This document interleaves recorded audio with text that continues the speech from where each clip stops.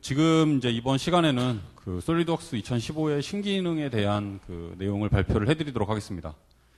저희 이노베이션 데이 2015의 어떤 키워드는 그 경험과 혁신이라는 이제 내용이 되겠고요.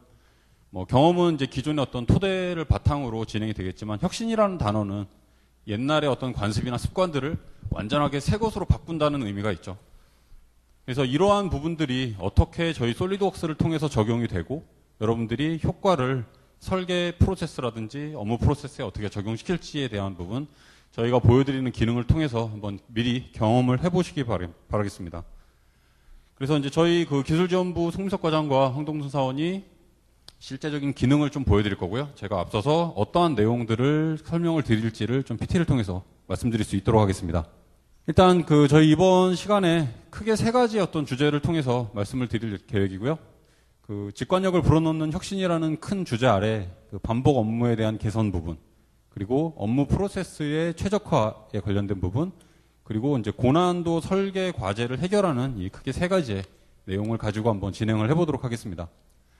일단 첫 번째로 반복 업무의 개선 부분이 되겠는데요. 이 반복 업무라는 건 실제로 여러분들이 굉장히 늘 항상 해오는 여러 가지 이제 지속적인 작업들이 되실 텐데요. 그러한 부분들이 단순히 프로그램을 다루는데 신경을 쓰시는 게 아니라 어떻게 하면 설계에 좀 더 집중을 하실 수 있느냐에 대한 기능들이 좀 더 추가가 된 부분이 되겠고요. 그래서 어떤 사용자 경험을 바탕으로 빠르게 업무 처리를 할 수 있는 기능들이 추가가 되었습니다. 일단 반복적인 업무의 개선 카테고리 아래 UI가 굉장히 많이 개선이 됐습니다. 그래서 새로운 뷰 선택기라든지 아니면 이제 숨긴 부품 하이라이트 기능, 디스플레이에 대한 전체적인 상태가 개선이 됐고요. 다양한 어떠한 그런 사용자 도구들이 개선이 많이 되었습니다. 또한 단면 처리나 분해도 기능, 솔리드웍스 지금 이제 사용해 보신 분들이 굉장히 대다수일 듯한데요. 약간 이제 좀 불편한 부분들이 좀 있었습니다. 아시다시피 솔리드웍스의 신버전은 유저들의 어떠한 니즈를 반영을 해서 개발이 되는 기능들이 좀 많기 때문에 좀 불편하다라고 요청이 들어온 기능들이 개선사항으로 많이 들어가게 되고요. 이러한 부분들도 이런 단면이라든지 분해도가 굉장히 다양하게 이제 새롭게 기능이 추가가 된 부분이 되겠고요. 그리고 이제 패턴 부분에서도 기존에 이제 몇 가지 없었던 패턴이 추가적으로 더 다양한 패턴 기능들이 이제 포함이 되었다라는 내용 말씀드릴 수 있고, 면이동, 인스턴트 3D와 다이렉트 에디팅 기능을 이용해가지고 면이동을 통해서 모델을 직관적으로 바로 수정을 하시는 기능이 있었는데요. 이런 부분들도 좀 더 추가적인 많은 옵션들이 더 들어와지게 됐습니다. 또 이제 스케치에서도 스케치의 구속 조건을 조금 더 편리하게 작업을 하실 수 있게 되었고요. 여러 가지 이제 치수나 선에 대한 특정한 기능들이 좀 더 강화가 되었습니다. 또한 메이트 쪽에서도 기존에 사용하셨던 메이트에서 약간 불편하거나 문제가 됐었던 부분들이 많이 개선이 됐는데요. 자, 그러면 방금까지 제가 말씀드린 기능들이 실제적으로 어떻게 적용이 되는지를 한번 실제 시연을 통해서 한번 보시도록 하겠습니다. 예, 맨 처음으로는 이제 인터페이스에 많이 직관적으로 변화된 기능들에 대해서 한번 설명해 보도록 하겠습니다. 2024 기능에서 아마 보셨죠? 예, 뷰박스라는 기능이 있었습니다. 하지만 기존의 뷰박스는 고정된 상태에서 사용자가 필요성 있는 면만 선택하게 되었는데요. 이 뷰박스를 핸들링을 통해서 사용자가 직접 돌려볼 수가 있고, 또한 화살표 상태에서 이렇게 미리 보기 기능이 가능합니다. 그래서 변환하고자 하는 뷰를 선택을 하시면 화면이 직관적으로 변화되는 걸 확인하실 수가 있죠. 다음으로 숨겨진 부품에 대해서 트리상에서 이렇게 선택을 하시면 반투명 상태로 미리 보기가 가능합니다. 그렇기 때문에 어떤 부품이 숨겨져 있는지 여부에 따른 반복적인 작업을 간소화하실 수가 있죠. 그리고 제가 부품을 중간에 꺼냈고요. 다음에 이제 어셈블리인 경우 부품 수가 굉장히 많으면 메이트의 링크 관계를 파악하기가 굉장히 어려웠죠. 하지만 이제 트리상에서 이렇게 손쉽게 개별적인 부품 간의 메이트의 조립 관계를 확인할 수가 있고, 또 필요에 따라서 바로 그 부품들을 독립적으로 표시를 하실 수가 있습니다. 이렇게 독립적으로 상관관계가 있는 부품을 표시를 하고 새 부품에 대한 작업을 진행하는 경우가 생기죠. 일단은 제가 이거를 저장을 한번 해보도록 하겠습니다. 언제든지 사용자가 원하는 부품 상태를 손쉽게 표시 상태로 이렇게 저장을 하실 수가 있고요. 해당을 클릭을 하면 그 부품 상태로 전환하게 됩니다. 또한 속성에 가보시면 이렇게 현재 상태에서 새 부품에 대한 활성 여부를 체크할 수가 있고 그 기능을 각각의 설정 상태에 링크를 거실 수가 있습니다. 또한 설정뿐만이 아니라 표시 상태에서도 링크를 걸어서 관계를 맺으실 수가 있죠. 자, 그럼 제가 파트 하나를 열어보도록 하겠습니다. 굉장히 많은 피처로 사용된 그런 파트인데요. 어셈블리 메이트 기능과 같이 파트에서의 이 종속 관계도 트리상에서 이렇게 선택을 하시면 그래픽상이 바로 나타나지게 됩니다. 기존에는 이런 종속 관계, 모자체 관계를 확인하려면 이런 기능을 통해서 파악이 가능했죠. 하지만 이게 좀 더 직관적으로 내용이 바뀌었고요. 자, 다음으로 오른쪽 마우스에 있는 이 셀렉션 도구 모음이 추가가 됐습니다. 2013에서 나온 기능이었죠. 예. 상자 선택이나 이렇게 올가미 선택을 바로 사용하실 수가 있고요. 또 저희가 단축키로 많이 사용하는 선택 필터에 대한 이런 명령어가 드롭다운 메뉴로 바로 활성화하실 수가 있습니다. 그럼 제가 면 하나를 좀 추가해 보도록 하겠습니다. 중복적인 이런 요소들을 선택을 하다가 모르고 핸들링 할 때 다른 걸 선택을 하시면 이렇게 취소되는 경우가 많이 발생하실 거예요. 그래서 지수적인 컨트롤 작업으로 계속 하는 경우가 발생을 하는데요. 이런 경우에 이전 선택 항목이라는 기능을 활용을 하시면 내가 바로 이전에 선택했던 항목들을 그대로 다시 선택하실 수가 있습니다. 그래서 추가적인 이런 요소들에 의해서 언제든지 반복 작업을 하실 수가 있고요. 다음에 이렇게 자주 사용되는 요소들에 대해서 언제든지 저장을 해서 활용하실 수가 있습니다. 이렇게 저장을 하시게 되면 셀렉션 세트라는 즐겨찾기 폴더에 자동으로 들어가게 되고요. 그렇기 때문에 피처에 사용되는 요소들을 미리 묶음으로 이렇게 모아놓으실 수가 있죠. 또한 이렇게 묶음 개별적인 요소에 대해서도 언제든지 항목에서 제거를 하실 수가 있습니다. 다음에 어떤 지오메트리를 선택을 하면 이렇게 바로 빠른 도구 모음이 생성되는 걸 확인할 수 있습니다.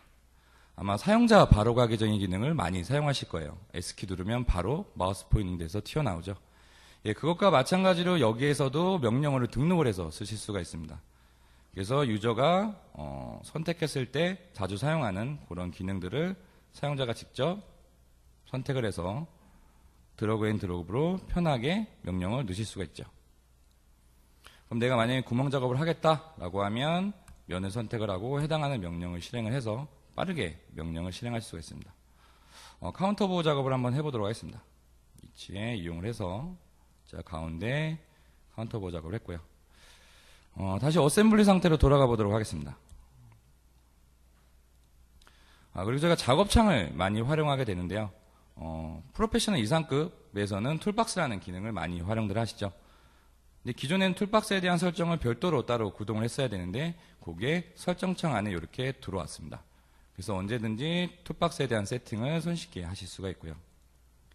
다음에 표시 옵션 기능이 업그레이드가 됐습니다.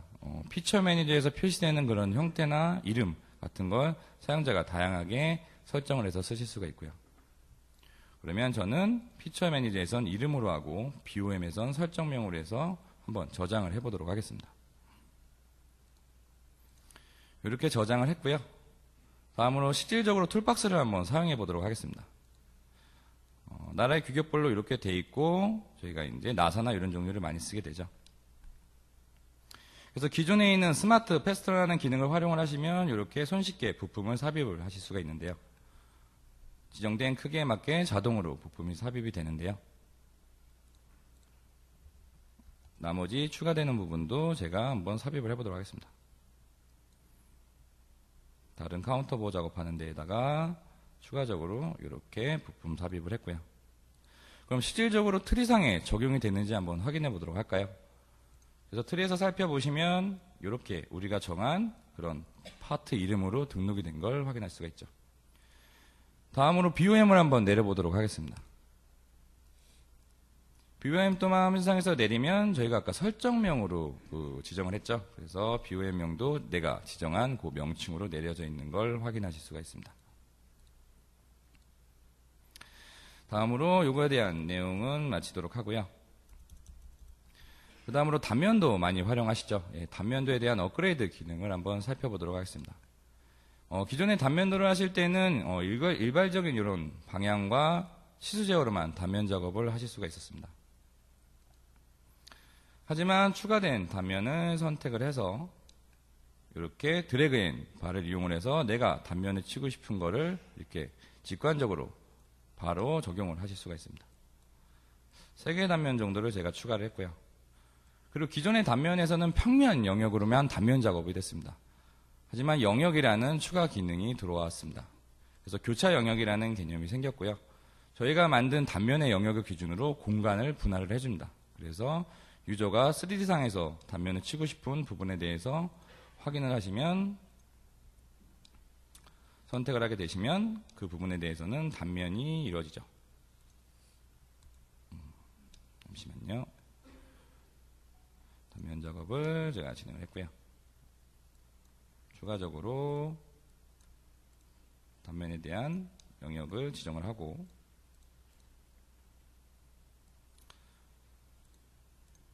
이렇게 3차원상으로 단면이 가능하기 때문에 좀 더 실물을 그대로 이해하면서 단면 작업을 하실 수가 있죠. 실제로 이제 단면 작업을 하시는데 내부의 부품을 단면하기 싫은 경우도 발생하는 경우가 있죠. 그런 경우 그런 부품에 관해서는 사용자가 직접 선택 부품에서 지정을 하셔서 단면에 있는 부품에서 이렇게 제외시킬 수가 있습니다. 그래서 단면에 대한 기능을 알아봤고요. 다음으로 분해도의 업그레이드한 기능을 살펴보도록 하겠습니다. 기존의 분해도는 한쪽 방향으로만 분해도를 할 수밖에 없었습니다. 하지만 방사형이라는 개념의 기능이 들어왔고요. 그래서 아까 전에 저희가 나온 신기능이죠. 셀렉션 도구 모음에서 내가 지정한 요소들을 선택을 하고 분해하고 싶은 그 방향성으로 기준을 선택을 하고 손쉽게 드래그를 하시면 이렇게 방사형으로 분해 작업을 손쉽게 하실 수가 있습니다. 다음으로 다른 부품도 한번 분해를 해보도록 하겠습니다. 어셈블 묶여있는 이 부품들을 선택을 했고요. 얘도 마찬가지로 같은 방향 쪽으로 이렇게 분해 작업을 했습니다. 자, 다음으로 일괄적인 방향에 대해서도 분해도 기능이 좀 업그레이드가 됐습니다. 부품에 대해서 사용자가 이렇게 선택을 하고요. 다음에 이렇게 다량으로 부품을 잡고 드래그를 하시게 되면 잠시만요. 분해도에 대해서 제가 다시 편집으로 들어가고요. 방사형 분해로 아까 전에 작업한 분해를 하도록 하겠습니다. 분해도 작업을 쭉 했고, 다음에 일괄적인 부품들에 대해서 사용자가 선택을 하고, 그럼 내부의 부품들이 이제 같이 선택이 되어져 있는데요. 이렇게 끌면 동시다발적으로 일정한 간격으로 분해가 이루어지죠. 또 이렇게 분해가 하던 동시에 특정 부품에 대해서는 사용자가 분해하고 싶은 방향성을 언제든지 조정하실 수가 있고요. 다음에 슬라이더 바를 이용을 해서 부품에 있는 간격을 자유롭게 조정하실 수가 있습니다. 그럼 실제로 잘 조립이 되었는지 한번 확인해 보도록 할까요? 기존에 애니메이션 조립이라는 기능이 있죠. 이처럼 이제는 굉장히 공수가 많이 들어가는 이런 분해도 작업도 손쉽고 빠르게 작업을 하실 수가 있습니다. 자, 이렇게 분해도 기능에 대해서 알아봤고요. 다음으로 새롭게 추가된 3D 파단도 기능에 대해서 살펴보도록 하겠습니다. 설정 상태에서 사용자가 새 모델 파단도라는 기능을 실행을 하고요. 미리 보기를 통해서 내가 직접 3D상에서 파단도가 되는 영역을 선택을 해서 적용을 하시면 그 부분이 파단이 됩니다. 언제든지 파단하고 싶은 영역을 추가를 해서 적용을 하실 수가 있고요. 또한 여러 가지 방향으로 단계를 추가하실 수가 있습니다. 그래서 위쪽과 옆쪽 총 3단계로 제가 적용을 했고요. 실제로 이제 도면에서 파단도 형식이 굉장히 여러 가지로 활용이 되죠. 그래서 3D 상태에서도 여러 가지 다양한 모양으로 파단도에 대한 형태를 이렇게 정하실 수가 있습니다. 자, 근데 그냥 기본 모델 뷰가 이렇게 계속 표현이 되면 안 되죠. 그렇기 때문에 언제든지 더블 클릭으로 원래 부품 표시 형태로 돌아오고 필요에 따라서 선택적으로 화면 표시를 할 수가 있습니다.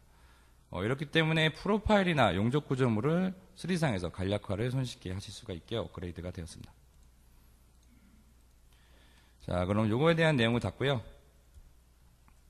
좀 더 파워풀해진 패턴 기능에 대해서 살펴보도록 하겠습니다. 아마 실무에서 패턴들은 굉장히 많이 사용을 하실 거예요. 지금 여기에 베어링 레일을 보시면 컷 작업과 그 컷 작업을 선형 패턴으로 사용을 했죠. 이 상태에서 제가 전체에 대한 치수를 한번 줄여보도록 하겠습니다. 제가 길이를 800mm 줄였고요. 그럼 저희가 제일 싫어하는 이런 오류의 신호등이 뜨죠. 예. 원인은 이제 인스턴스를 받아주는 영역이 없어져서 이런 오류가 뜨죠. 그래서 이제 설계 작업 시 이런 현상이 발생을 하면 다시 패턴되는 수량을 조정을 했어야 되는데요. 참조까지라는 새로운 기능이 추가가 됐습니다. 그래서 원하는 부분까지 요소를 선택을 하면 그 부분까지만 얘가 인식을 하고요. 맨 처음에 벌어지는 그 구간에 대해서 치수를 지정하고 간격을 내가 설정을 해서 확인을 하게 되면 아까 전에 똑같이 거리를 늘려도 실시간으로 길이에 따라서 패턴 수량이 늘어나는 걸 확인할 수가 있습니다. 하지만 어떤 데는 이제 기준이 반대인 경우가 있겠죠. 길이값으로 제어하는 게 아니라 수량으로 제어하고 싶을 때 사용자가 이미 패턴되는 수량을 정해놓고 그 수량에 따라 확인을 하게 되면 이렇게 간격이 균등하게 늘어나는 걸 확인하실 수가 있습니다. 그래서 이렇게 패턴이 업그레이드가 되었고요. 다음으로 이제 피처상에서 보시면 채우기 패턴을 사용을 했습니다. 채우기 패턴은 사용자가 직접 원하는 영역의 그룹을 선택을 해서 그 나머지 부분에 임의의 패턴 형식으로 이렇게 자유롭게 패턴을 기입할 수가 있는데요. 확인했으라는 기능이 들어왔습니다. 확인했을 누르고 제가 확인을 한번 해보도록 할게요. 그래서 패턴된 걸 선택을 하면 내부에 채워진 그 인스턴스 수량이 이제 표기가 됩니다. 그리고 1차적으로 이렇게 다공을 작업을 하고 차후에 수정되는 경우가 굉장히 많죠. 그래서 각각에 해당하는 인스턴스를 바로 삭제를 하게 되면 해당되는 수량이 바로 화면상에서 링크가 걸려서 업그레이드가 됩니다. 얘를 도면으로 한번 활용을 해보도록 하겠습니다. 저희가 방금 본 그게 도면으로 이렇게 내린 거고요. 이게 수량이 이렇게 나와 있죠. 지금 구멍 속성 표시기에는 수량이 표시가 되어 있지 않는데요. 그거에 대한 수량은 직접 주석에서 이렇게 링크로 걸어서 사용을 하실 수가 있습니다. 그리고 표현되는 거는 또 숨겨서 하시면 깔끔하게 도면 정리를 하실 수가 있죠. 다음에 새로 나온 기능에 대해서 한번 소개를 해드리도록 하겠습니다.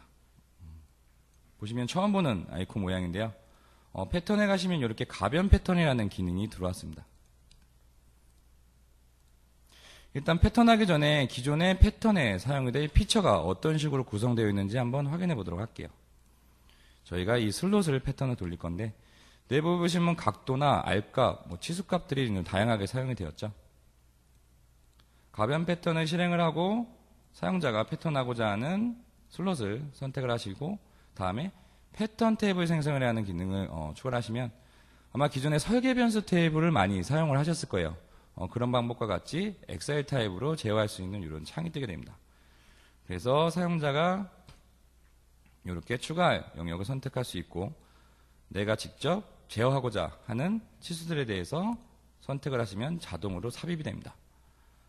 그리고 각 인스턴스에 대해서 제어하려는 치수를 개별적으로 입력을 하시면 값이 들어가게 되고요. 다음에 지정한 치수에 맞게 형상을 확인할 필요가 있겠죠. 그럴 때는 언제든지 미리 보기 업데이트를 하시면 내가 지정한 개별적인 인스턴트에 대해서 이렇게 미리 보기가 가능합니다. 수량을 좀 더 늘려보도록 하겠습니다. 18개 정도 가량 수량을 늘렸고요. 다음에 이제 이런 엑셀 방식의 타입을 쓸 경우에 수작업으로 다 일일이 타이핑하는 경우가 굉장히 많죠. 같은 치수를 넣더라도 18도 정도로 이렇게 증분이 되는데요. 증분되는 값에서는 손쉽게 드래그앤을 통해서 증분되는 값을 자동으로 입력을 하실 수가 있고요.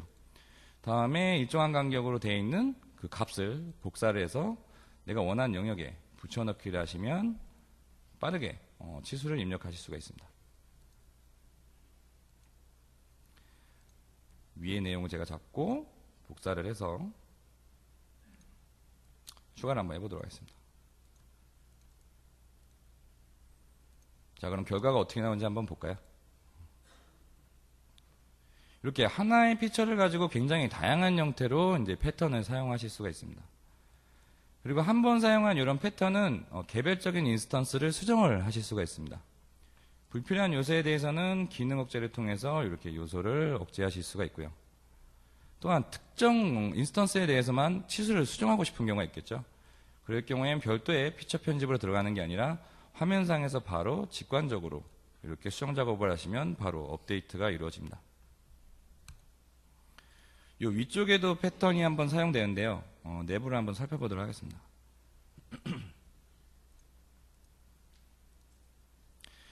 여기 안에서 패턴 탭을 편집에 들어가 보시면 각도나 치수값 말고 스케치에서 사용되어 있던 인스턴트 수량도 제어가 가능합니다. 그래서 각 피치 사이클이 늘어나는 것에 따른 수량도 제어 가능하기 때문에 적은 피처 횟수로 굉장히 다양한 패턴 효과를 보실 수가 있죠.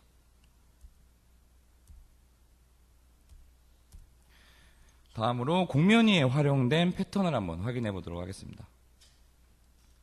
사용한 가변 패턴을 보시면 방향이 일방적이지가 않죠. 예, 각도가 꺾이고 치수도 굉장히 다양하게 제어가 됐는데요. 가변 패턴을 사용을 하실 때 유도로 되는 참조 형상에 대한 부분을 내가 선택을 해주시면 그 기준에 맞게 내가 입력한 값들을 조금 더 다양하게 패턴을 사용하실 수가 있습니다. 그래서 이런 식으로 활용이 가능하시고요.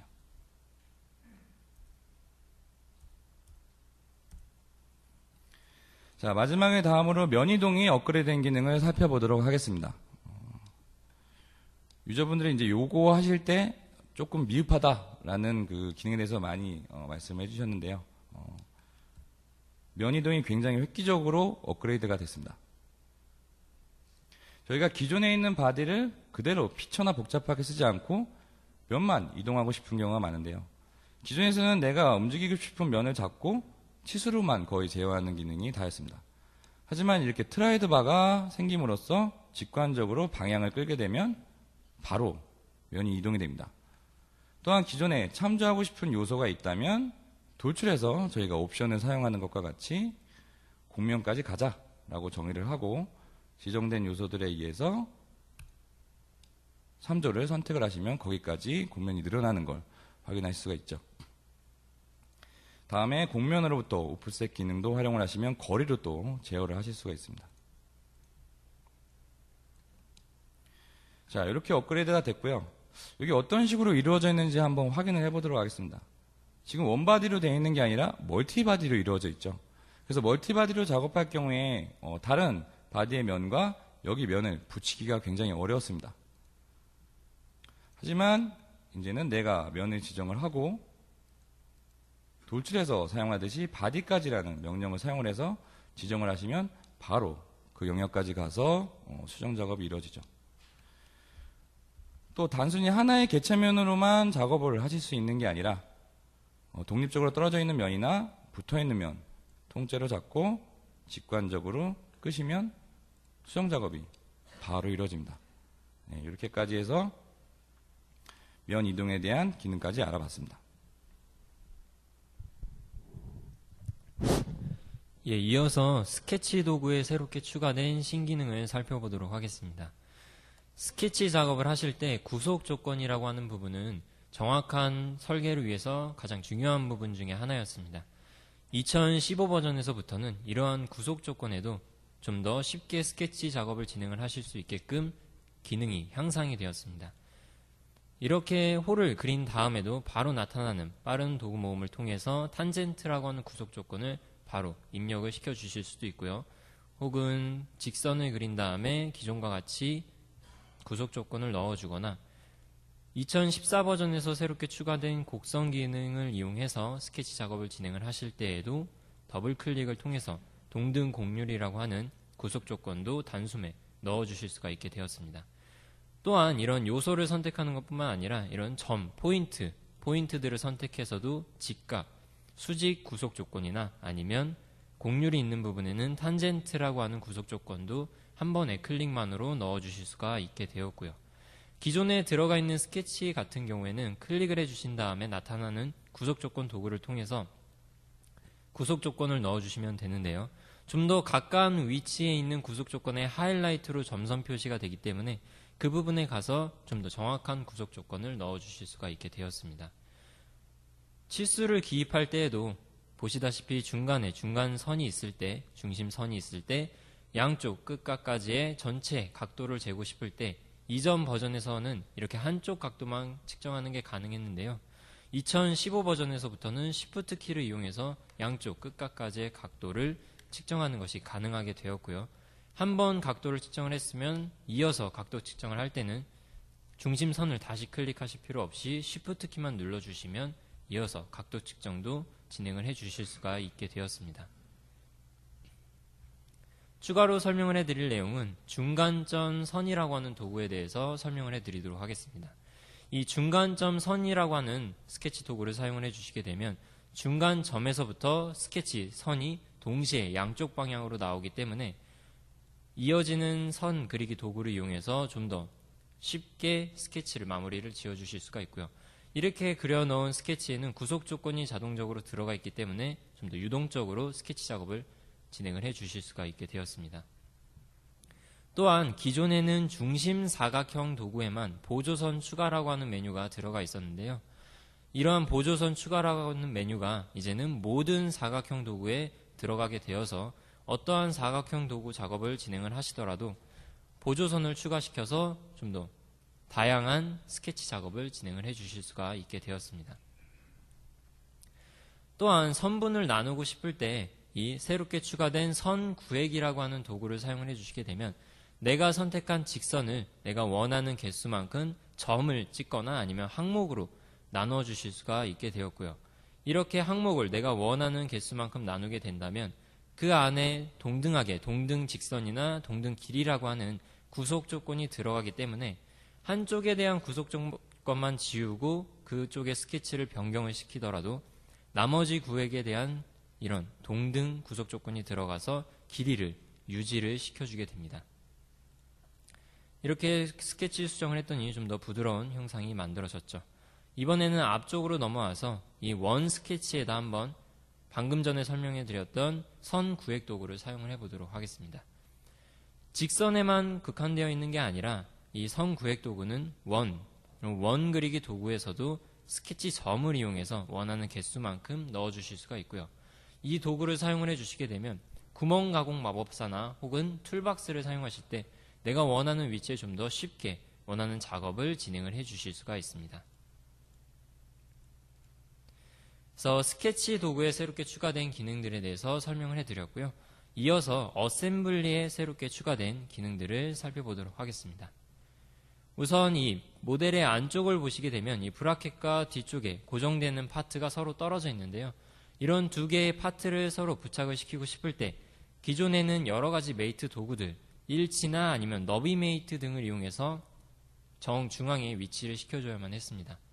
하지만 2015 버전에서부터는 그렇게 여러 가지 구속 조건, 메이트 도구를 사용하실 필요 없이 이 프로파일 중심이라고 하는 도구 하나만 사용을 해주시게 되면 중심으로 정확하게 위치를 시켜주실 수가 있게 되었습니다.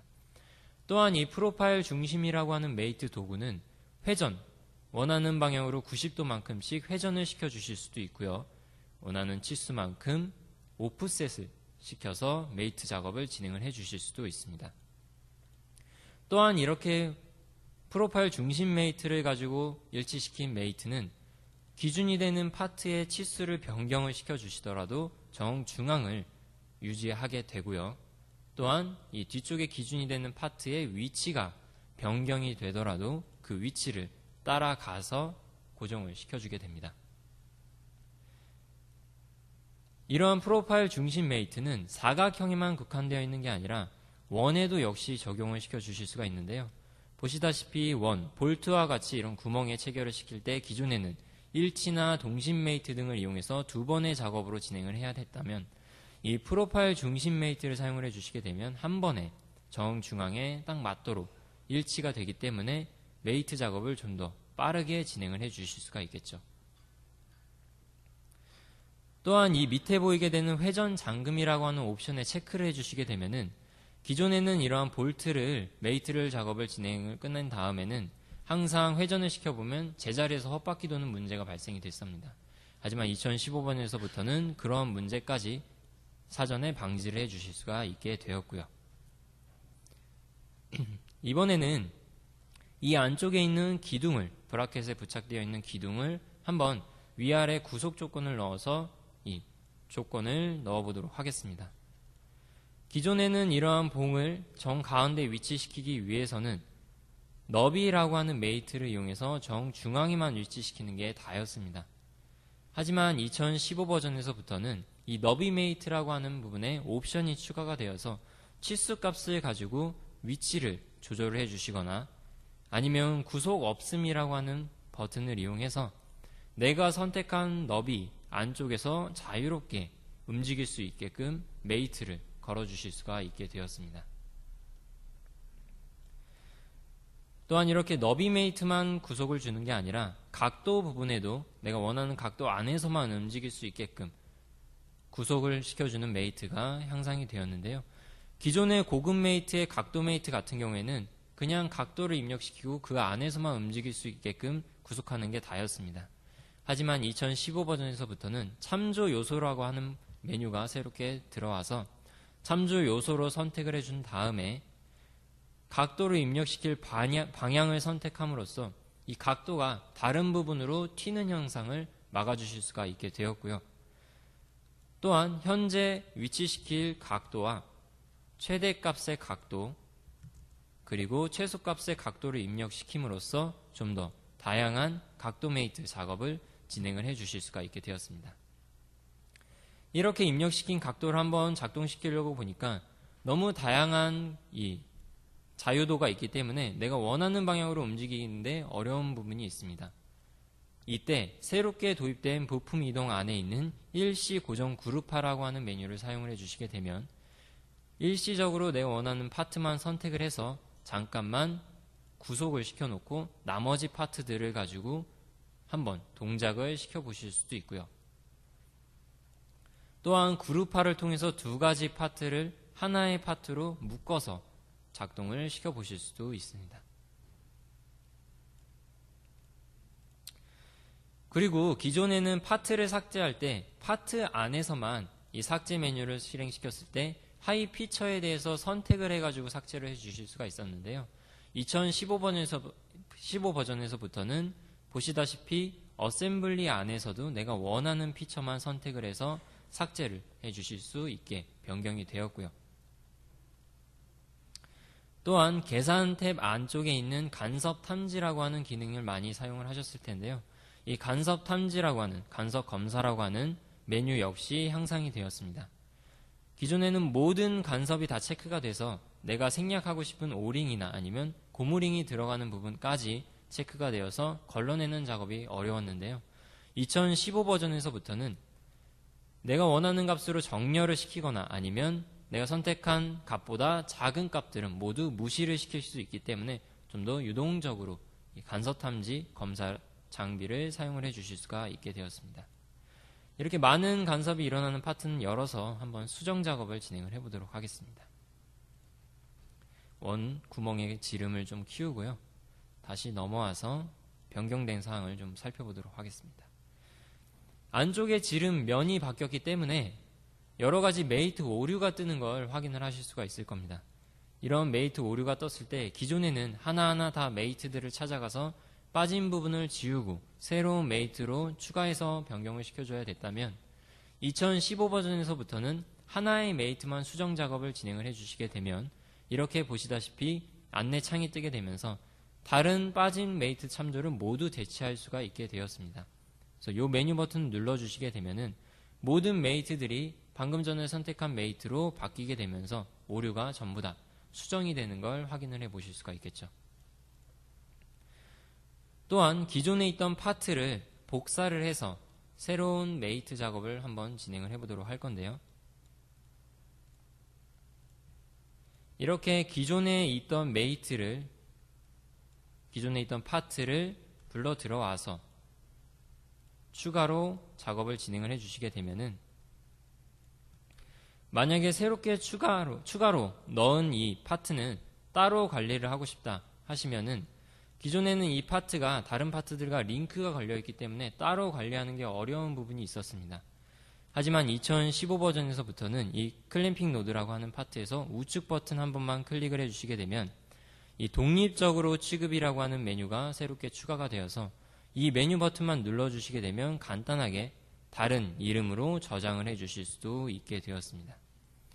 그렇게 된다면 이 어셈블리 파일 안에서 이름을 바꿔서 따로 링크를 끊고 개별적으로 관리를 쉽게 해주실 수도 있게 되었고요. 이어서 추가적으로 기존에 있던 기능을 사용해서 메이트와 함께 복사 작업을 진행을 해보도록 하겠습니다. 이 메이트와 복사 작업을 진행을 하실 때에도 새롭게 추가된 메이트, 신기능 등을 동시에 적용이 되기 때문에 유동적으로 사용을 해서 좀 더 효과적인 어셈블리 작업을 마무리를 해 주실 수가 있게 되었습니다. 방금까지 이제 솔리드웍스 쪽의 어떤 기능들이었고, 지금은 이제 시뮬레이션 쪽 기능을 간략하게 좀 설명을 드리고 실제로 좀 보여드리도록 하겠습니다. 그래서 솔리드웍스 시뮬레이션 쪽에서 좀 2015 버전에 새롭게 추가가 된 기능 중에는 시뮬레이션 프리미엄 제품 쪽, 그러니까 비선형 난리니어 이쪽 다이나믹 쪽 기능이 좀 포함되어 있는 패키지가 되겠죠. 그래서 이쪽에 비선형 해석을 하다 보면 아무래도 이제 중간에 이제 과정이 굉장히 궁금하실 수도 있으세요. 해석 솔빙 시간이 너무 길다 보니 과정이 궁금하실 수도 있는데, 이러한 부분들 계산 중에 비선형에 대한 결과를 바로 보실 수 있는 기능을 제공을 해드리고 있고, 자체적인 접촉 기능이라든지 비선형 순환 대칭으로 해석을 했을 때 결과 보기에 대한 어떤 인터페이스도 좀 더 개선이 되었습니다. 그리고 하중 케이스 관리자 같은 기능들도 들어왔었고요. 그리고 이제 플로우 시뮬레이션 쪽에서 유동 해석 쪽에서 추가가 된 기능들은 이제 회전 메시 기능이 좀 들어왔습니다. 그래서 전에는 이제 로테이팅 존 처리 부분이 그냥 고정된 상태에서 이제 처리가 됐었던 부분이 이 회전 메시가 들어와지게 되면서 이제 개별적인 각도, 시간에 따른 어떤 그런 시뮬레이션이 가능하게 되었고요. 그리고 해석 결과를 조금 더 쉽게 비교해 볼 수 있는 기능들이 더 추가가 되었습니다. 그래서 이 기능들 한번 확인해 보도록 하겠습니다. 예, 가장 먼저 보여드릴 기능은 비선형 해석에 추가된 기능인데요. 기존에는 비선형 해석을 진행을 하실 때 해석을 모두 끝마친 다음에만 결과를 확인하실 수 있기 때문에 중간 오랜 시간이 걸리더라도 그 과정을 전부 다 겪은 다음에 그 결과값을 확인하실 수가 있었습니다. 하지만 2015 버전에서부터는 비선형 해석을 진행함과 동시에 중간중간 어떻게 진행되고 있는지 그 결과 값을 확인을 하실 수가 있기 때문에 해석을 돌리시다가 언제라도 문제가 되는 부분이 발생이 되거나 아니면 구속 조건을 잘못 넣었다 하시게 되면 중간 언제라도 일시정지 버튼을 누르고 취소 버튼으로써 이 해석을 종료를 시키고 저장을 해 주실 수가 있게 되었습니다. 그렇게 된다면 이 결과 보기 도구를 이용해서 진행한 부분까지만 애니메이션화 시켜서 해석 결과를 확인을 해 보실 수도 있고요.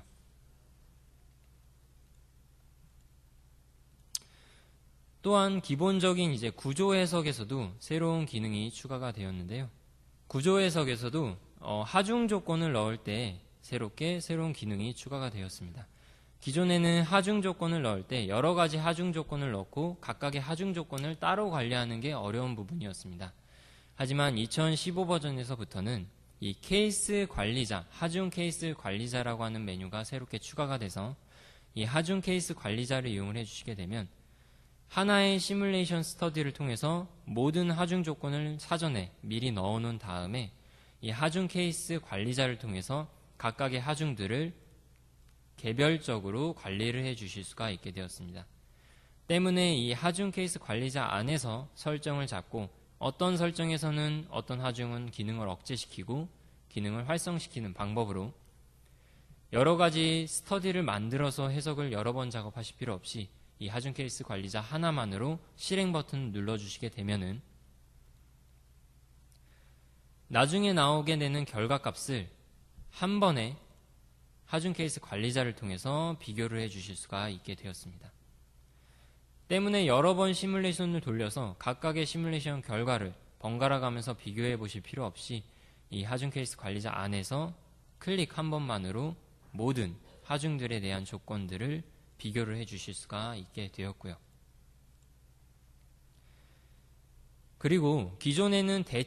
대칭되는 모델에 대해서 이제 시뮬레이션 해석을 진행을 할 때 완벽하게 좌우가 대칭되는 모델에 대해서만 해석을 돌린 다음에 결과값을 확인하는 것이 가능했습니다. 하지만 2015 버전에서부터는 보시다시피 원형 패턴으로 될 수 있는 이런 원형 패턴의 한 조각 부분만 잘라서 해석을 돌린 다음에도 이 해석 결과에 대해서 나중에 원형이 되도록 붙인 상태로 붙여서 결과값을 확인을 해 보실 수도 있게 되었습니다. 때문에 이런 원형 모델에 대해서는 시뮬레이션에 들어가는 시간적인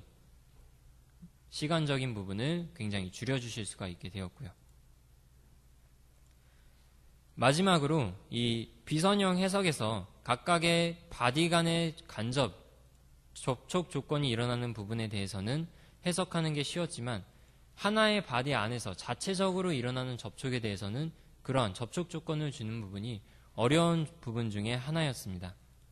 하지만 2015 버전에서부터는 이렇게 스프링과 같이 자체적으로 일어나는 접촉에 대해서도 이 정의 편집 안에서 자체 접촉이라고 하는 옵션이 추가가 되었기 때문에 이 부분에 체크만 해주시게 되면은 해석을 돌린 후에 자체적으로 일어나는 접촉에 대해서 고려를 한 결과값을 이렇게 뽑아보실 수가 있게 되었습니다. 그리고 이번에는 플로우 시뮬레이션에 들어온 추가 신기능들에 대해서 살펴보도록 할 건데요. 플로우 시뮬레이션은 그 자체적으로 이미 충분히 훌륭한 도구였는데요. 한 가지 단점을 들자면 여러 가지 설정 값을 가지고 플로우 시뮬레이션 해석을 돌린 다음에 그 결과값들을 한 번에 한눈에 비교하는 게 어려운 부분 중에 하나였습니다. 하지만 2015 버전에서는 이 리절트에서 컴페어라고 하는 비교 도구를 이용해서 플로우 시뮬레이션을 통해서 돌린 결과값들을 한 번에 하단의 창을 통해서 비교를 해 주실 수가 있게 되었습니다. 이 비교는 이러한 그림 도구뿐만 아니라 그래프 혹은 수치 데이터들도 선택을 해서 비교를 해 주실 수가 있게 되었고요. 추가로 로테이팅 메시, 즉 더미를 집어넣고 회전되는 구간에 대해서 시뮬레이션 작업을 할 때는 로테이팅 메시를 사용을 하셨는데요. 이 2015 버전에서부터는 슬라이딩 메시라고 하는 메시를 지원을 하기 때문에 회전되는 구간에 대해서 이미지 형상 역시 돌아가는 형태로 살펴보실 수가 있게 되었습니다. 네, 방금 본 것까지 해서 이제 저희가 앞선 세션 쪽 첫 번째 말씀드린 어떤 업무 시간의 단축에 대한 부분을 좀 설명을 드렸고요. 지금부터 이제 보여드릴 부분은 이제 두 번째로 저희가 좀 소주제로 준비한 업무 프로세스에 대한 최적화 부분이 되겠습니다. 그래서 효율적으로 그 프로젝트 정보를 공유를 한다라는 말씀을 저희가 이제 이렇게 그 PT에 좀 표시를 해놨는데요. 그 제품 구조를 먼저 좀 관리를 하는 부분이 우선이 될 거고요. 다음에 이제 정보에 대한 접근이라든지 문서, 도면 쪽에 관련된 이제 문서 도구들이 좀 더 그 좋은 기능들이 새롭게 추가가 되었습니다. 처음 보시는 기능일 텐데요. 솔리덕스 트리하우스라고 하는 기능이 2015 버전에 새롭게 추가가 되었습니다. 그래서 어셈블리 구조를 미리 작성을 해서 실제적으로 이제 적용을 시키는 부분이 되겠고요. 그리고 이제 이드로잉 기능, 익히 알고 계시는 그 무료 전자도면 프로그램이 되겠죠. 그래서 그 문서를 공유를 하기 위한 프로그램에서 알고 계시는 분들은 모바일 디바이스에서도 이미 사용을 하신 분들이 계셨을 거예요. 그래서 아이폰이나 아니면 그 일반 갤럭시라든지 이런 부분, 안드로이드 쪽 OS에서도 지금 다 가능하게 되는데요. 그 이드로잉 PC 버전에서도 그 UI가 좀 개선이 돼서 통일성을 좀 가져왔습니다. 그래서 좀 더 간략하고 단순하게 UI를 가져감으로써 사용자 편의성을 좀 더 높였고요. 그리고 그 확인할 수 있는 내용들도 훨씬 더 다양하게 제공을 해드리고 있습니다. 또한 이제 도면 쪽에서도 새롭게 들어온 기능들이 굉장히 많이 있습니다. 그래서 자유곡선 관련된 지시선이라든지 아니면 각도 치수, 표시기, 또한 치수에 대한 반올림 제어라든지 위치에서 파트를 여는 그런 과정들, 그리고 중심 표시나 그 레이어별로 프린터 기능을 좀 제어를 해주는 이런 기능들이 더 새롭게 추가가 되어서 이 업무 프로세스 최적화된 기능들을 좀 받침해주고 있는데요. 이 기능들을 한번 직접적으로 보시겠습니다. 네, 솔리덕스를 설치를 하시면 이렇게 메뉴에 들어가고 해당하는 폴더로 이동을 하실 수가 있죠. 네, 지금 2015에 가시면 솔리덕스 도구에 가보시면 이렇게 솔리드웍스 트리하우스라고 하는 별도의 프로그램을 구동시키실 수가 있습니다. 제 기술 지원을 많이 다니다 보면 고객분들이 솔리드웍스의 기본 컨셉, 히스토리를 짜고 어셈블리를 구성하는 기능이 없냐라는 문의들이 굉장히 많이 말씀해 주셨는데요. 그러한 시발점이 되는 기능이 들어왔습니다. 사용자가 원하는 어셈블리의 템플릿을 활용을 해서 드래그 앤 드롭을 통해서 화면상에 던지게 되면 어셈블리 부품이 삽입이 되게 됩니다. 그리고 문서 속성 표시에 들어가서 원하는 이름을 미리 기입을 하실 수가 있습니다. 제가 커넥터라고 이름을 붙였고요. 또한 이 어셈블리에 이제 종속이 되는 파트도 사용하던 템플릿을 그대로 설정을 해서 드래그해서 놓으시면 이렇게 하이 어셈블리 구조를 잡을 수가 있고요. 도면에 대한 사양도 다양한 도면 템플릿을 회사에서 세팅해서 사용하고 계시는데요. 원하는 도면도 드래그 앤에서 이렇게 놓으시면 바로 삽입이 이루어집니다. 그리고 언제든지 화면상에서 이렇게 표시창으로 또 필터링도 가능하고요. 파트도 한번 이름을 저장을 해보도록 하겠습니다.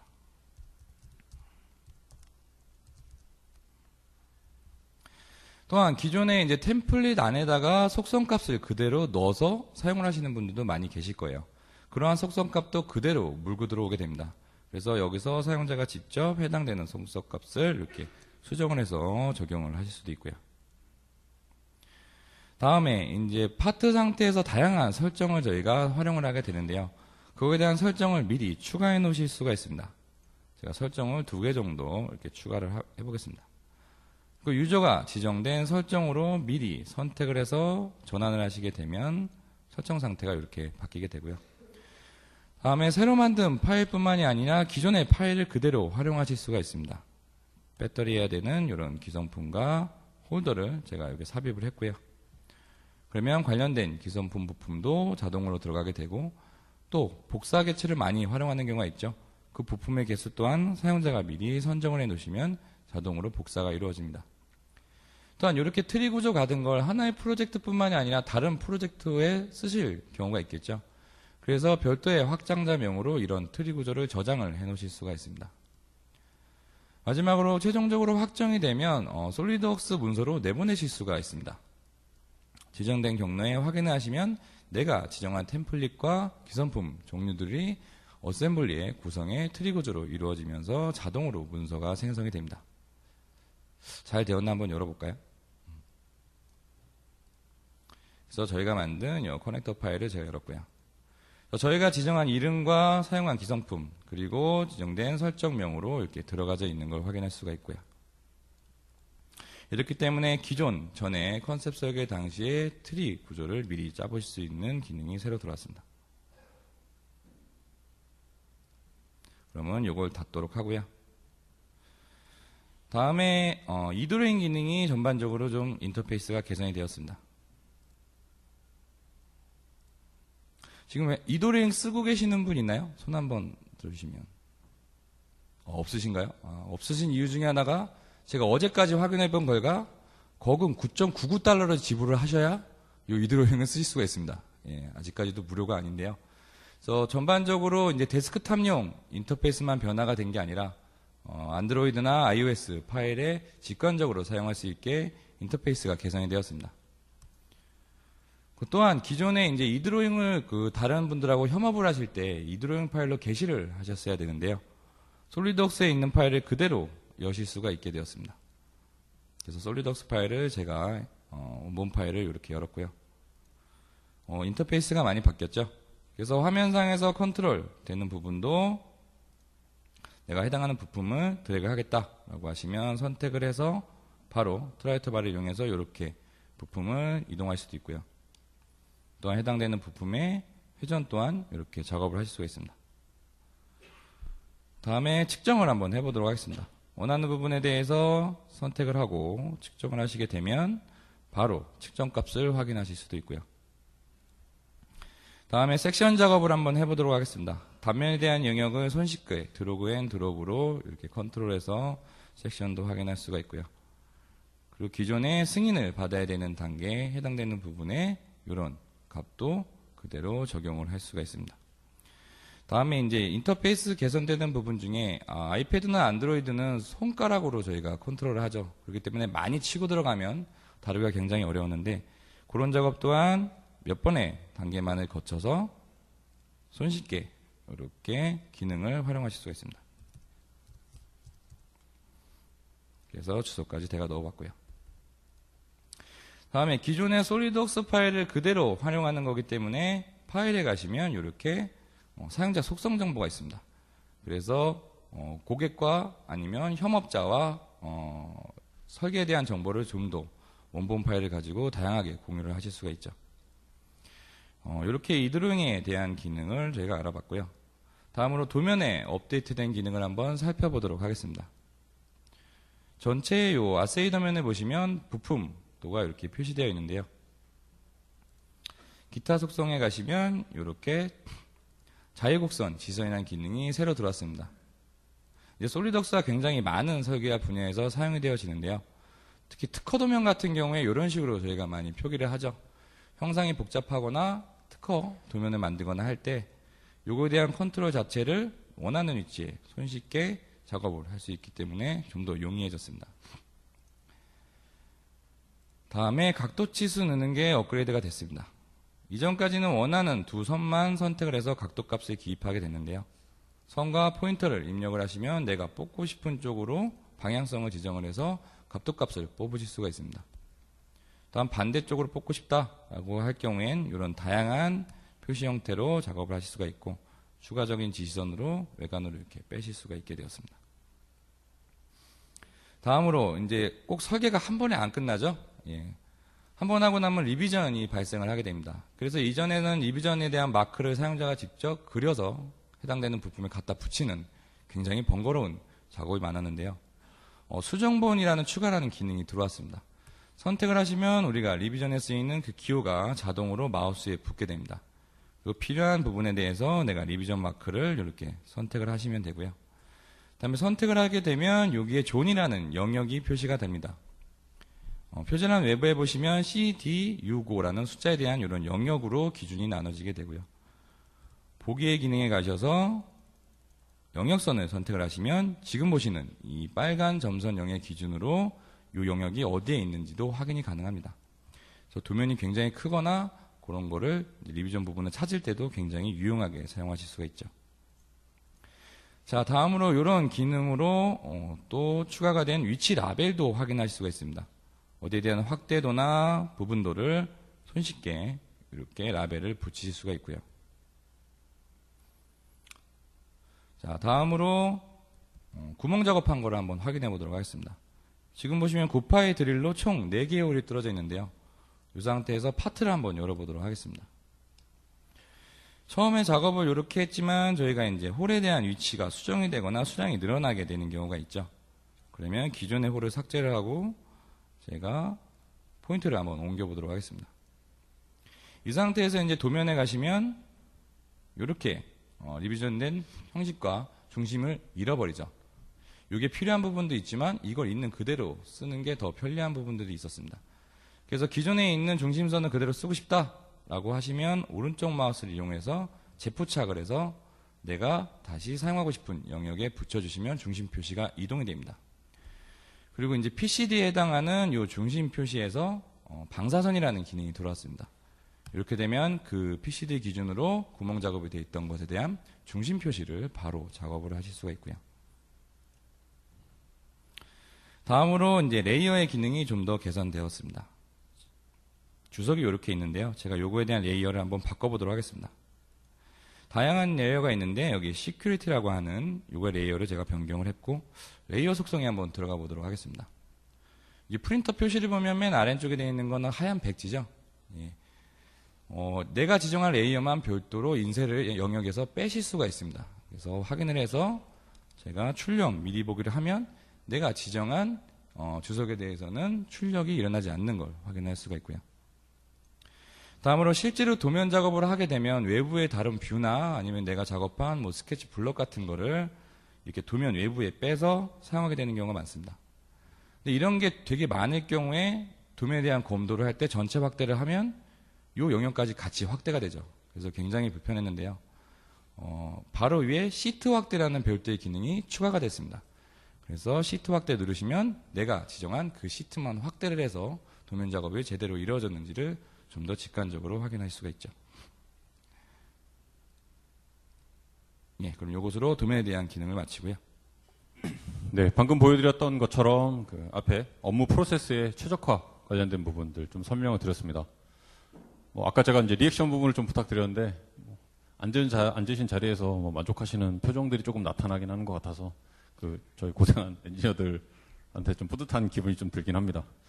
좀 불편한 기능들이 많이 개선되고 있죠. 조금 더 불편하신 기능들은 아마 내년이나 내후년도에 또 계속해서 개선 사항이 나올 것으로 좀 생각이 됩니다. 다음으로 이제 마지막 카테고리로 좀 저희가 보여드릴 기능은 이제 고난도 설계 과제 해결이라는 내용으로 좀 소개를 해드릴 거고요.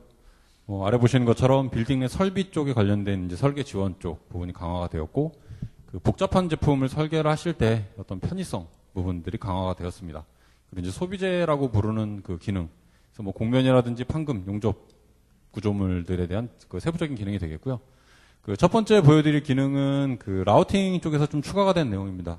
저희 쪽 솔리드웍스 라우팅이 기존에 이제 배선이나 아니면 배관 쪽에 좀 치중이 돼 있었는데, 이 빌딩 내 설비 쪽에 대한 기능들이 좀 새롭게 들어왔습니다. 그래서 사각형의 어떤 덕트 부분이라든지 케이블 트레이 같은 것들이 좀 더 이제 추가가 된 내용이 되겠는데요. 일단 라우팅 기능 먼저 잠깐 좀 확인해 보시겠습니다.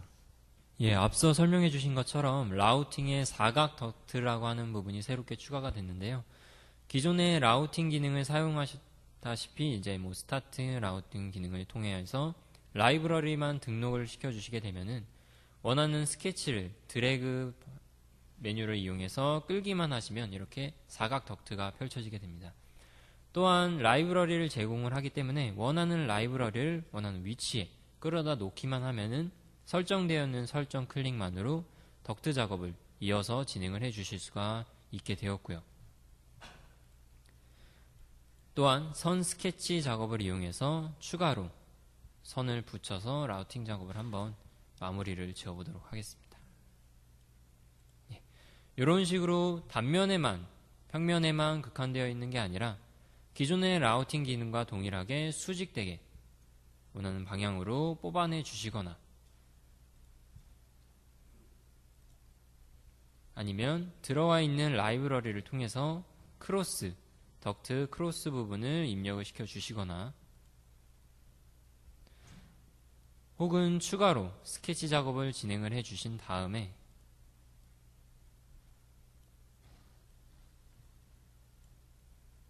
이 부분에다가 이 라이브러리 안에 있는 리듀서라고 하는 제품을 끌어다가 놓아주시게 되면 그 사이즈에 맞는 크기로 자동적으로 삽입이 되기 때문에 좀 더 편리하게 덕트 작업을 마무리를 해 주실 수가 있게 되었습니다. 예, 여기까지만 마무리를 좀 해보고요. 이렇게 완성된 덕트 어셈블리 파일을 한번 도면에서 살펴보도록 할 건데요. 완성된 도면을 이제 펼쳐보게 되면은 이미 도면이 만들어져 있기 때문에 해당하는 파트에 대한 길이라든지 아니면 사용된 덕트의 개수 등등 여러 가지 설정들을 확인을 해 보실 수가 있게 되었습니다. 방금 이제 라우팅 쪽의 기능을 좀 보여드렸고요. 추가적으로 보여드릴 기능은 이제 용접 구조물 쪽에 관련된 내용이 되겠습니다. 그래서 용접 구조물 쪽에 필렛 비드 관련된 부분들은 이제 전 버전에 들어오긴 했었지만 구조물에 대한 어떤 코너 처리, 보강대 생성이라든지 엔드캡 같은 부분들에 조금 불편했던 사항들이 좀 더 개선이 된 추가 기능들로 새롭게 나오게 되었고요. 말씀드린 이제 용접 비드 쪽 관련된 부분들도 다중 바디에 걸쳐서 지원을 해주는 기능들이라든지 용접 구조물 테이블 어셈블리를 이용을 해서 바디를 저장한다든지 즐겨찾기를 이용한 관리 같은 것들이 가능하게 되었습니다. 또한 이제 판금 쪽 부분에서 판금 쪽에 있는 로프트 굽힘에 관련된 부분에 어떤 자유도가 향상이 되었고요. 스케치 굽힘에 미리 보기가 가능하다라든지 아니면 이제 구멍가공마법사의 PM 규격 지원 기능들이 새롭게 이제 판금 쪽에 추가가 된 내용들이 되겠고요. 그리고 이제 체인 컴포넌트 패턴 부분이 됩니다. 아마 이 기능은 굉장히 사용을 하시기 위해서 전에 많은 노력을 좀 하셨을 것 같은데요. 이 체인 컴포넌트 부분이 굉장히 개선이 새롭게 들어와져서 효과적으로 잘 활용을 하실 수 있게 되었습니다. 그리고 이제 공면 쪽에 관련돼서도 이 공면 전개 기능이라든지 아니면 그 자유롭게 그 스타일 자유곡선을 변경을 하시는 기능, 또 뭐 멀티바디를 분리를 하는 기능이라든지 공면상의 그 라인을 그릴 수 있는 이제 자유공면 같은 기능들이 조금 더 개선이 된 사항들이 있고요. 그리고 마지막으로 이제 소비재 설계 쪽 그 관련돼서 비대칭 필렛이라든지 아니면 이제 프로파일을 열린 상태로 컷을 한다든지 곡률 분석, 뭐 화면에 대한 수직 뷰 생성이라든지 아니면 부분적인 렌더링 기능들이 새롭게 추가가 되었습니다. 그래서 마지막으로 이 기능들을 한번 보시겠습니다. 예, 이어서 보여드릴 내용은 용접 구조물과 관련된 신기능인데요. 기존에는 용접 구조물 작업을 마친 다음에 보강판을 삽입하고 싶을 때 앞에 화면에 보이시는 것처럼 틈이 있는 이 구조용 멤버 사이에 틈이 있는 부분에는 보강판을 삽입하는 게 불가능했습니다. 하지만 2015 버전에서부터는 이렇게 틈이 있는 부분에도 원하는 치수를 기입을 해서 보강판을 삽입을 시켜주실 수가 있게 되었고요. 이러한 보강판은 면과 면, 용접 구조물 멤버의 면과 면에만 국한되어 있는 게 아니라 원통면과 원통면을 잡아서 그 사이에 보강판을 집어넣어 주실 수도 있고요. 혹은 구조용 멤버의 면과 원통면을 선택해서 원하는 방향을 선택함으로써 그 방향으로 뻗어나가는 보강판을 만들어 주실 수도 있게 되었습니다. 상단을 보시게 되면 엔드캡이 이렇게 안쪽으로 들어가 있는데요. 기존의 버전까지는 이 엔드캡 작업을 진행을 하실 때 겉으로 이렇게 돌출되도록 나오는 작업이 다였습니다. 하지만 2015 버전에서부터는 엔드캡 작업을 진행을 하실 때 안쪽으로 집어넣거나 아니면 원하는 치수값을 입력시켜서 오프셋된 길이까지 떨어뜨린 만큼 안쪽으로 엔드캡을 만들어 주실 수가 있게 되었습니다. 그리고 용접 비드 부분도 기능이 좀 향상이 되었는데요. 용접 형상을 이용해서 면과 면을 잡아서 사이에 용접 비드를 집어넣거나 아니면 원통면과 면을 잡아서 그 사이에 용접 비드를 넣어 주실 수도 있고요. 혹은 면과 면을 잡는데 그 면과 면 사이에 들어가 있는 모든 모서리에 용접 비드를 한 번에 넣어 주실 수가 있습니다. 또한 용접 경로를 이용해서 그냥 모서리 한 번만 선택함으로써 그 부분에다가 용접 비드를 넣어 주실 수도 있습니다.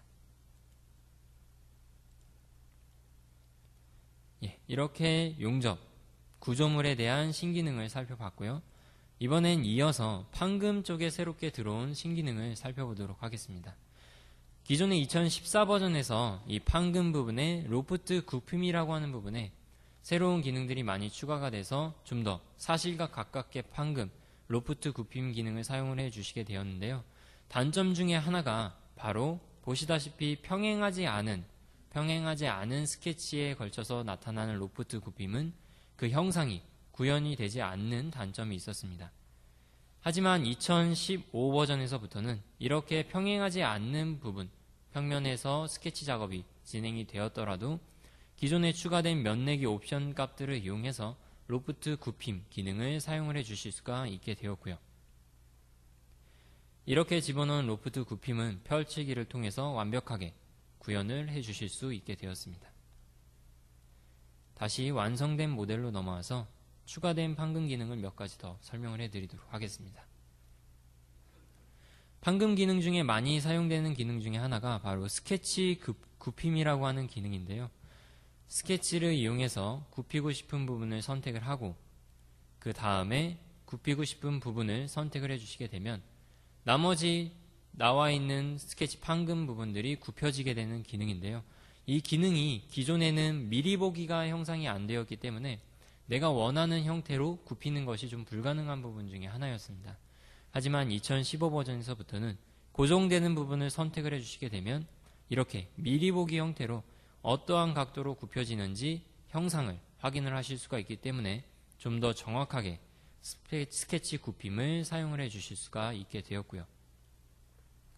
또한 이 안쪽을 보시게 되면 이렇게 판금 보강판이 들어가 있게 되는데 이 판금 보강판 같은 경우에 펼치기를 통해서 펼쳤을 때 그 판금 보강판이 어느 위치에 있는지 스케치 형태로 확인하는 것이 불가능했습니다.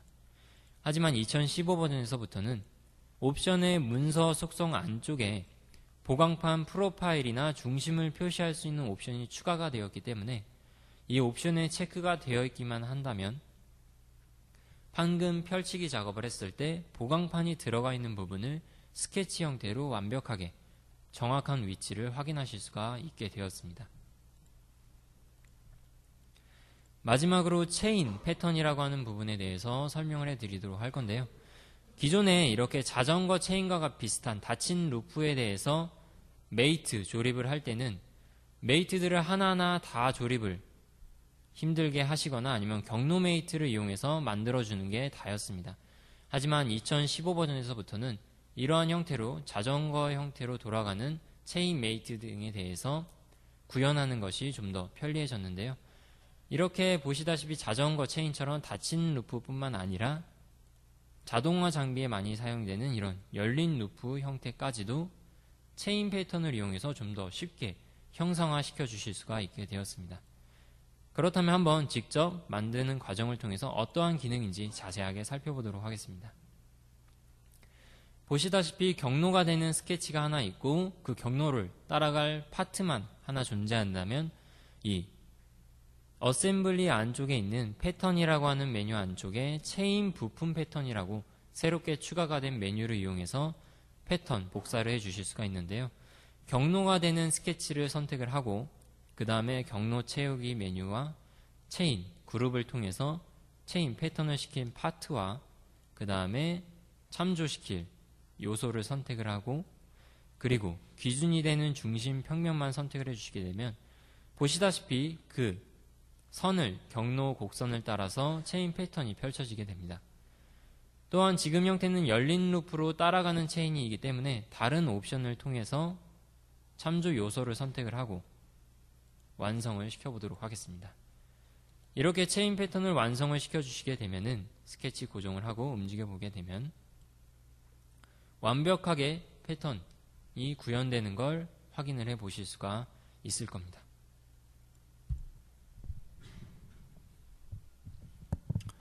자, 그럼 다음으로 공면이 한층 더 업그레이드된 기능에 대해서 살펴보도록 하겠습니다. 지금 화면에 보시면 구두 모양 같죠? 이렇게 공면으로만 이루어진 상태가 되어 있는데요.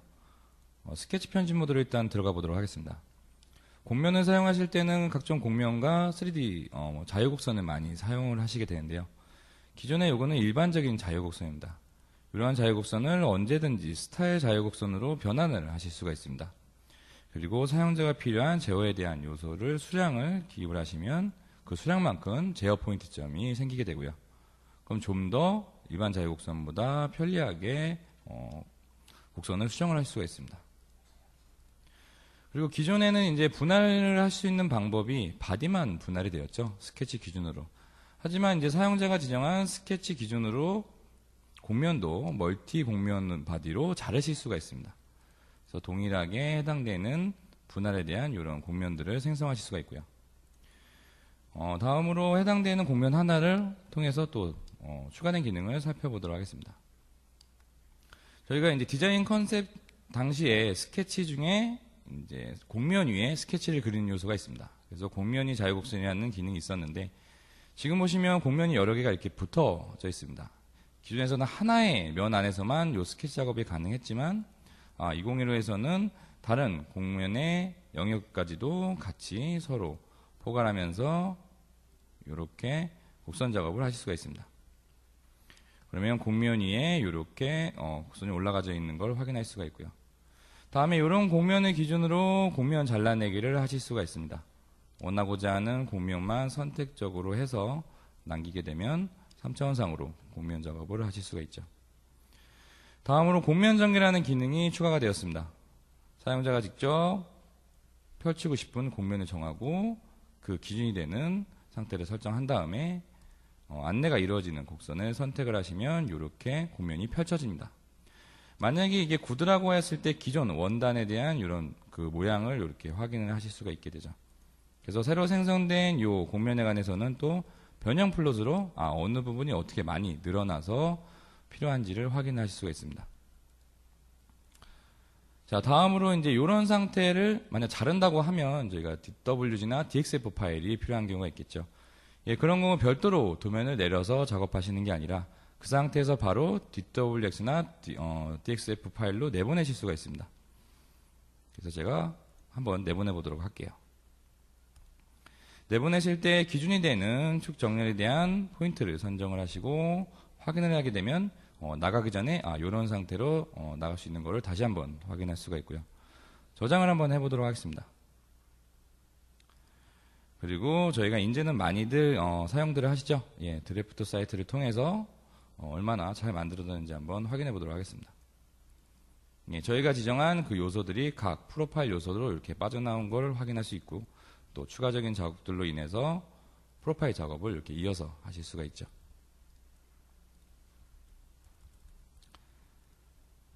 그래서 추가된 공면의 기능은 여기까지 나왔고요.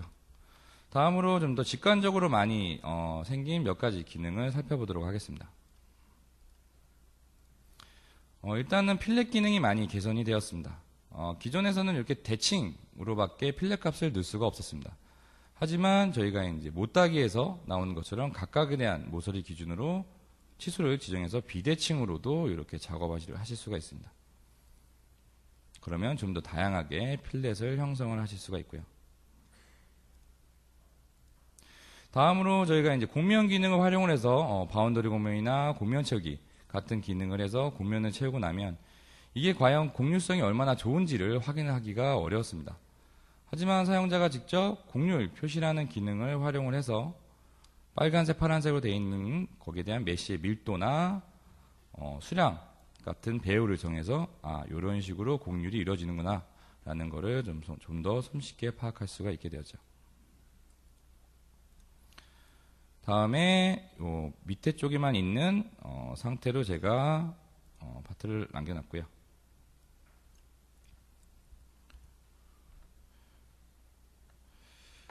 그 위에 보시면 여기 프로파일 하나가 이렇게 되어 있는데요. 기존에 돌출컷 작업을 할 때 양방향으로 도출을 할 때 상당히 좀 불편했습니다. 단위 프로파일의 영역과 기존의 영역을 활용해서 이렇게 선택을 하고 방향이 양방향일 경우엔 방향 하나를 꼭 추가해서 도출 작업을 하셔야겠죠. 하지만 옵션 중에 관통 양쪽이라는 기능이 새로 들어왔습니다. 그래서 사용자가 원하는 치수값만 입력을 하시면 컷 작업을 조금 더 손쉽게 하실 수가 있게 되었죠. 자, 다음으로 렌더링 기능이 약간 개선이 되었습니다. 작업을 막 하다가 내가 지정한 재질과 표현이 과연 실사 표시로 얼마나 잘 이루어져 있는지를 렌더링을 돌려봐야 확인할 수가 있는데요. 그래서 통합 미리 보기도 많이 활용을 하시죠. 하지만 통합 미리 보기로 하셔도 그 영역에 대해서 시간이 좀 오래 걸립니다. 하지만 렌더링 영역이라는 부분이 개선이 되었습니다. 사용자 원하는 위치와 영역을 설정을 해서 통합 미리 보기를 하시면 그 부분만 빠르게 렌더링 되는 걸 확인하실 수가 있습니다.